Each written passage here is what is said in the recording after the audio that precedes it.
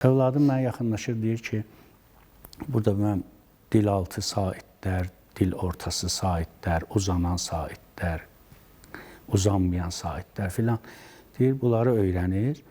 Deməli, deyir ki, mənə ki, görüm düz cavab verirəm, yəni özünü yoxlamaq istəyir.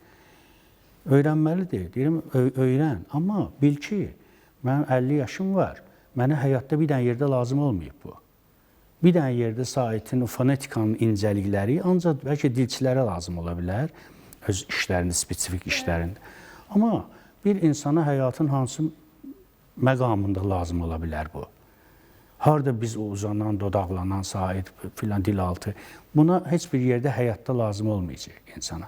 Ona görə daha, məsəl üçün, praktik, insana lazım olan, onu çətin vəziyyətdən çıxara biləcək, onu ümumiyyətlə o çətin vəziyyətə salmayacaq məsələlər uşaqlıqdan, lap körpə vaxtında insana aşılanmalıdır ki, o gəlsin, o kamilliyi, məsələn, 20 yaşında intiharı deyil, inkişafa meyl eləsin.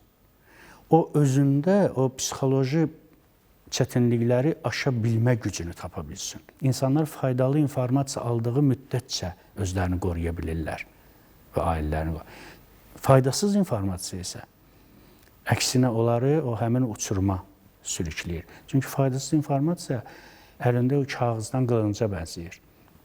Nə hücum eləyə bilirsən oyuna, nə müdafiə oluna bilirsən.